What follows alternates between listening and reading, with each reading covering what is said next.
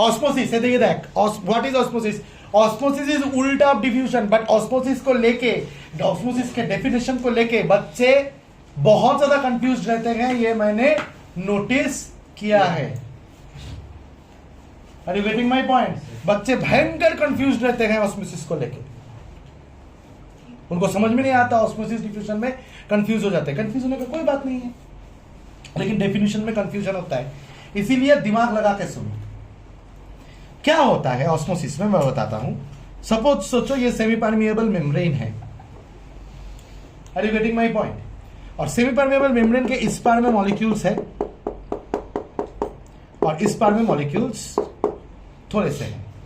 ये molecules water में, क्योंकि वाटर में डिसॉल्व है, वाटर पार्टिकल्स है। सोचो वाटर पार्टिकल्स को मैं ऐसे दिखाता, अच्छा थोड़ा सा,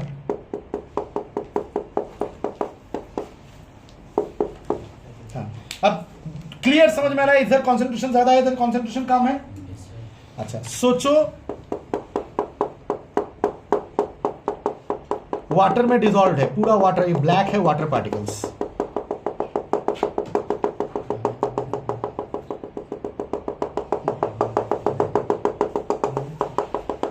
ये ब्लैक है वाटर पार्टिकल्स, यहां पे भी वाटर पार्टिकल्स है, पूरा भर के है।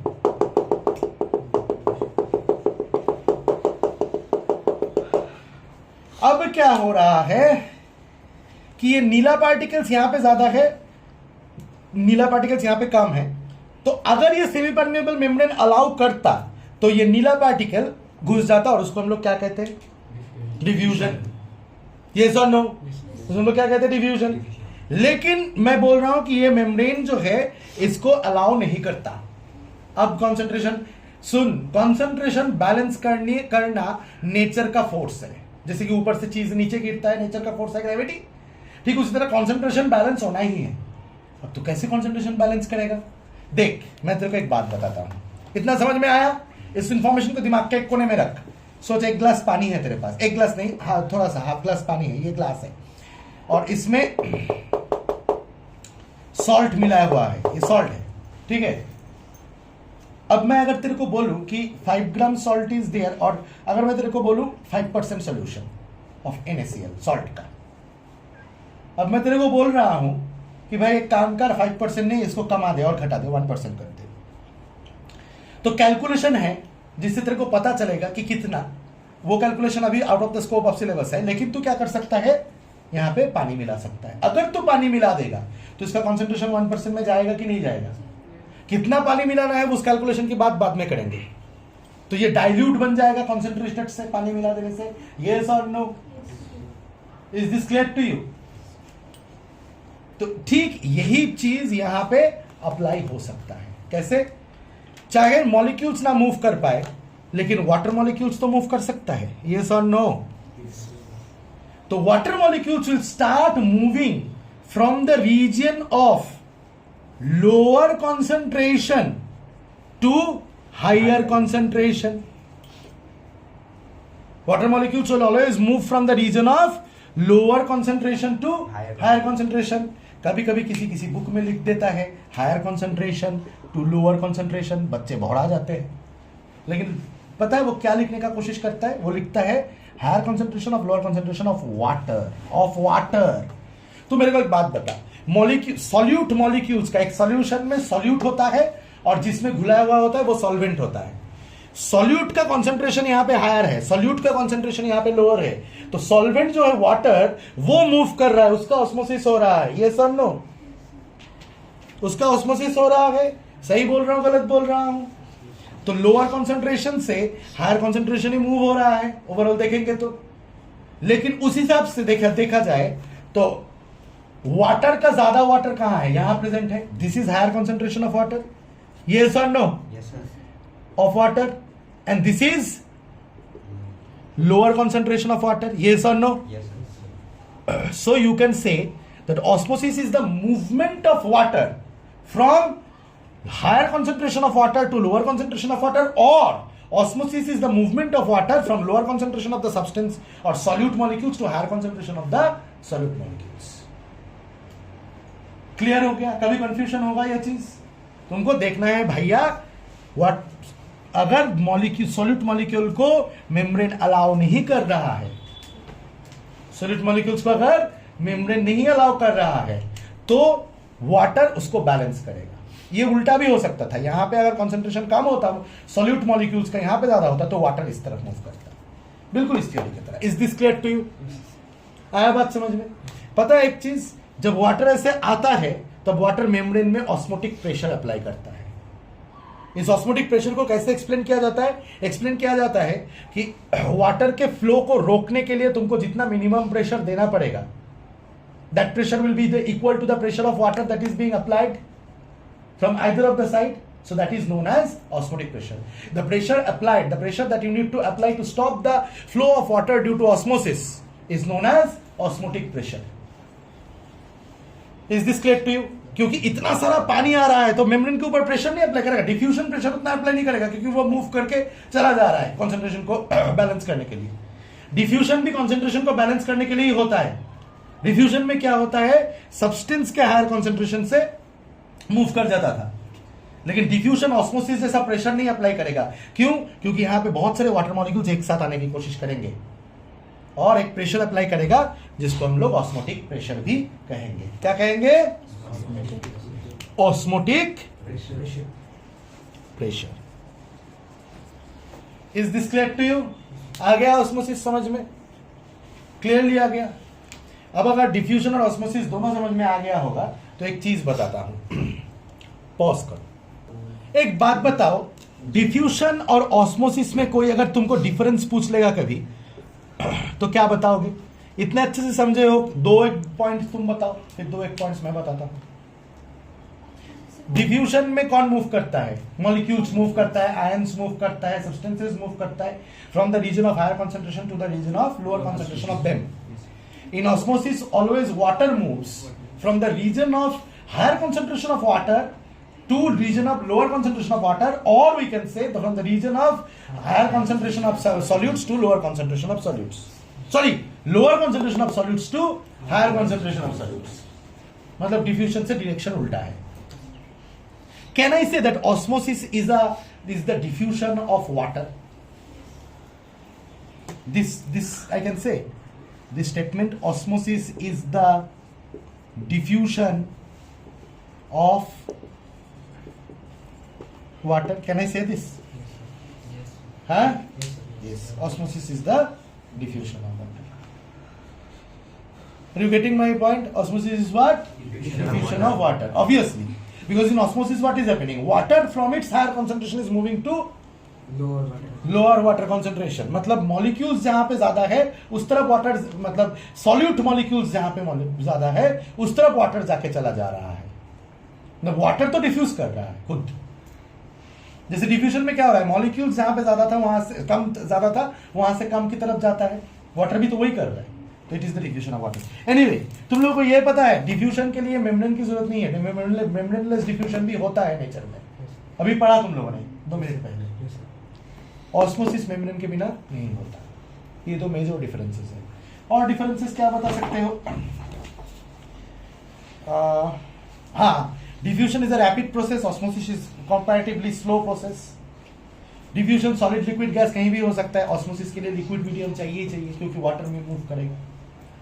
ये सारे डिफरेंसेस है। Is this clear to you? अच्छा, एक बात सुनो, क्या तुम लोगों को ये पता है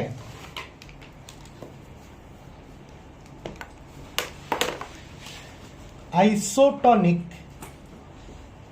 हाइपोटोनिक, हाइपरटोनिक सॉल्यूशन पता है?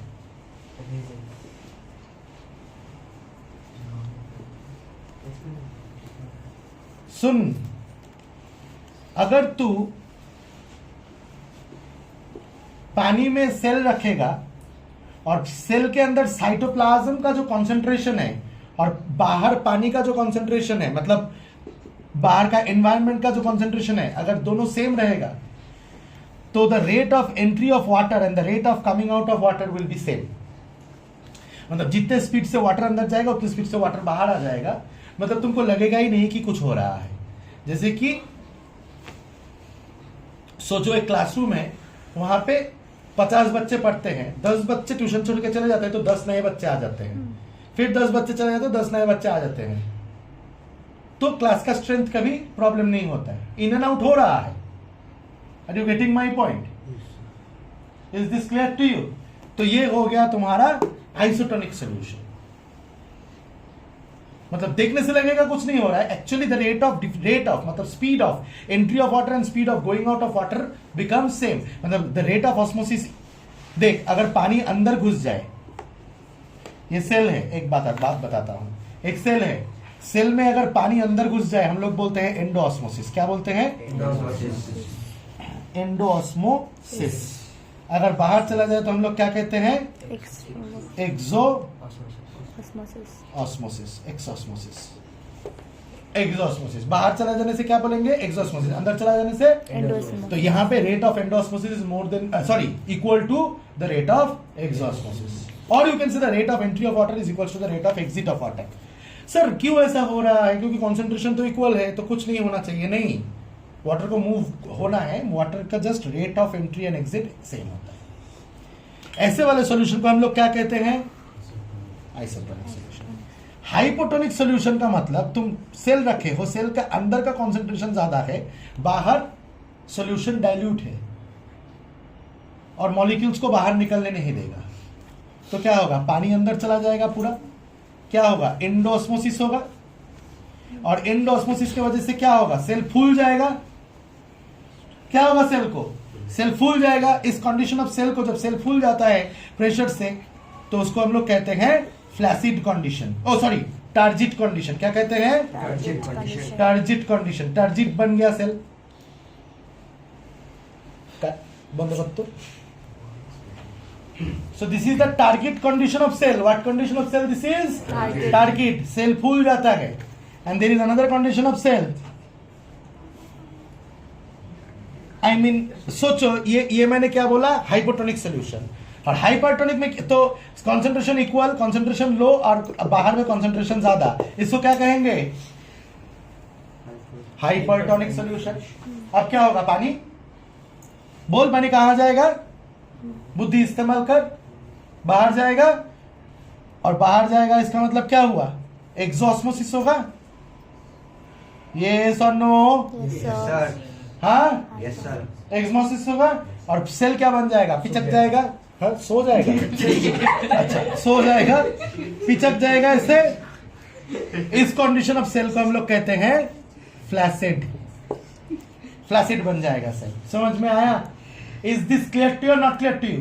अच्छा, टार्जिट होते होते सेल बर्स्ट भी तो कर सकता है ना कभी कभी। अच्छा, कभी ये हाइपोटोनिक का समझ में आता है? कभी किशमिश को पानी में रख के देखा है? ना सर। सूखा हुआ किशमिश को पानी में रख के देख, क्या होता है? पानी घुस जाएगा अंदर, किशमिश के अंदर, रेजिन के अंदर ये होता है। हाँ, रेजिन के अंदर क्या होता है? कॉन्सेंट्रेशन ज्यादा होगा, पानी कॉन्सेंट्रेशन कम होगा, हाइपोटोनिक सॉल्यूशन बनेगा, पानी के अंदर घुस जाएगा। Is this clear to you? Sorry, region के अंदर घुस जाएगा, और रेजिन फूल के मोटा हो जाएगा। ऑन है ना वीडियो? हाँ, रेजिन फूल के मोटा हो जाएगा। Is this clear to you? और इतना याद रखना कि टार्जिट बनने के बाद सेल फट भी सकता है। टार्जिट बनने के बाद सेल क्या कर सकता है? फट भी सकता है।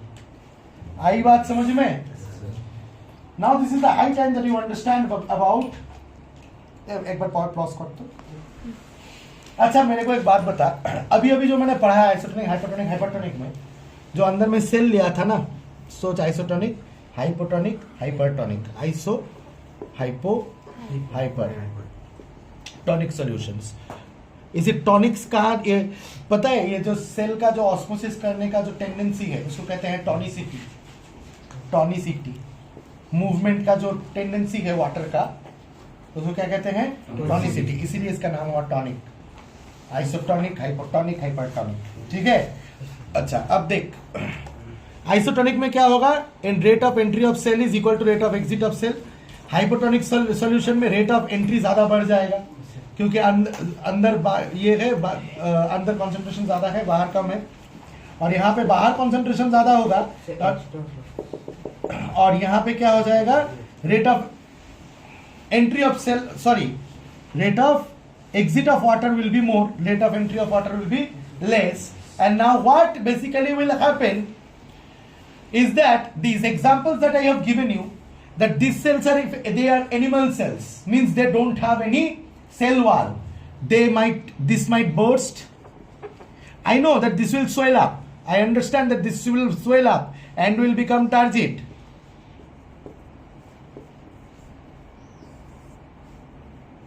This cell will burst. Yes or no? Yes, sir. Am I being able to make myself clear? Are you sure? Yes, sir. Now, and in this what will happen? The cell will become flaccid. Placid. इसमें burst होने की कोई chance नहीं है ना? हाँ. अच्छा मेरे को एक बात बता, यह इस जगह पे अगर एनिमल सेल होता तो एनिमल सेल कभी बर्स्ट करता? मुश्किल था. बोल तो क्यों? क्योंकि सेल मेम्ब्रेन को फटा दिया. सेल मेम्ब्रेन का स्ट्रक्चर पढ़ा है तुम लोगों ने, थोड़ा सा सेमी फ्लूइड स्ट्रक्चर होता है, राइट और रॉन्ग. लेकिन सेल वॉल तो रिजिड होता है. सेल वॉल को फटाना मुश्किल है, इसलिए प्लांट सेल का फटना मुश्किल है. First thing. Second thing is that ये चीज अगर एनिमल सेल के हो रहा है वो फ्लैसिड बन रहा है, मुझे पता है. लेकिन अगर प्लांट सेल होता तो सेल वॉल तो रिजिड है, सेल वॉल कभी पिचकता तो खाली क्या होता? सेल मेम्ब्रेन पिचक के कोने में आ जाता. उसका जो माइटोकॉन्ड्रिया, क्लोरोप्लास्ट वगैरह सब है वो सब पिचक के ऐसे कोने में आ जाता. मतलब पहले ऐसे था, सेल वॉल ऐसे था, फिर सेल मेम्ब्रेन ऐसे था, फिर क्या हुआ? पानी बाहर निकल गया, सेल पिचक के कोने में आ गया. लेकिन सेल वॉल तो सेल वॉल की जगह बैठा हुआ है. Is this clear to you? समझ में आया? When the cell wall remains intact, it is known as plasmolysis. Happens in plant cells. इधर देखो, इधर फोकस करवाओ. हाँ ठीक है ठीक है. Oh very good girl. इधर देखो, प्लाज्मोलाइसिस हो गया. समझे हो? देख के ही लग रहा है समझ में आ जाएगा. क्लियर हुआ बात कि नहीं क्लियर हुआ? तो पूरा ऑस्मोसिस, हाइपोटोनिक, हाइपरटोनिक पूरा सीख लिया. बंद कर.